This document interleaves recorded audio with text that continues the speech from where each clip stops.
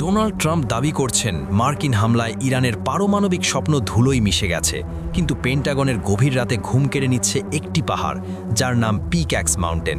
বলা হচ্ছে আমেরিকার সবচেয়ে শক্তিশালী বাংকারবাস্টার বোমাও এই পাহাড়ের কাছে এসে হার মানতে বাধ্য।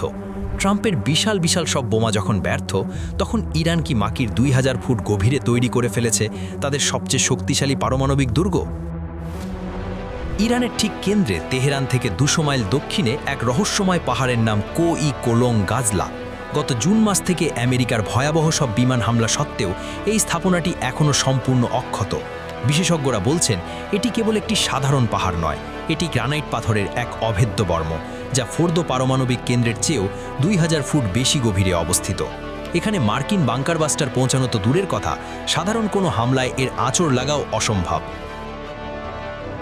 ট্রাম্পের অপারেশন মিডনাইট হ্যামার অনেক গর্ব করে 30,000 পাউন্ড ওজনের ম্যাসিভ অর্ডিন্যান্স পেনিট্রেটার ব্যবহার করেছিল, কিন্তু থিঙ্ক ট্যাঙ্ক সংস্থাগুলো বলছে পিক্যাক্স মাউন্টেনের সামনে এই দানবীয় বোমাগুলো খেলনা মাত্র।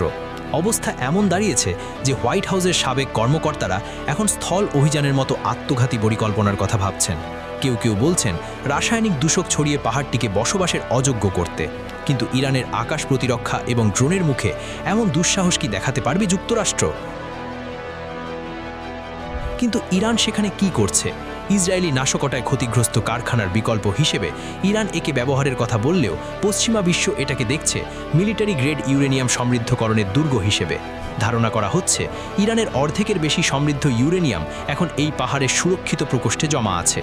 IAEA এর প্রধান রাফায়েল গ্রোসিও এখনও পর্যন্ত এই দুর্গের ভেতরে প্রবেশের অনুমতি পাননি।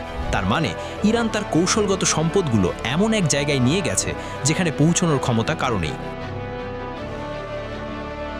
সংঘাত নাকি সমঝোতা?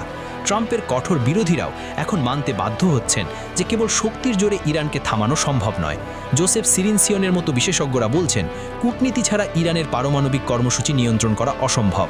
সম্প্রতি ট্রাম্প ইরানের নিউক্লিয়ার ডাস্ট বা পারমাণবিক ধুলো হস্তান্তরের কথা বললেও ইরান তা স্বীকার করেনি, বরং স্যাটেলাইট চিত্রে দেখা যাচ্ছে পিক্যাক্স মাউন্টেনের ভেতরে দিন-রাত কাজ চলছে।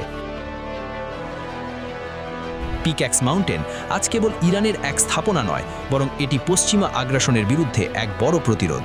আমেরিকা কি শেষ পর্যন্ত কূটনীতির পথে হাঁটবে, নাকি ইরানের এই অভেদ্য পাহাড় আগামী নতুন কোনো সংঘাতের জন্ম দেবে?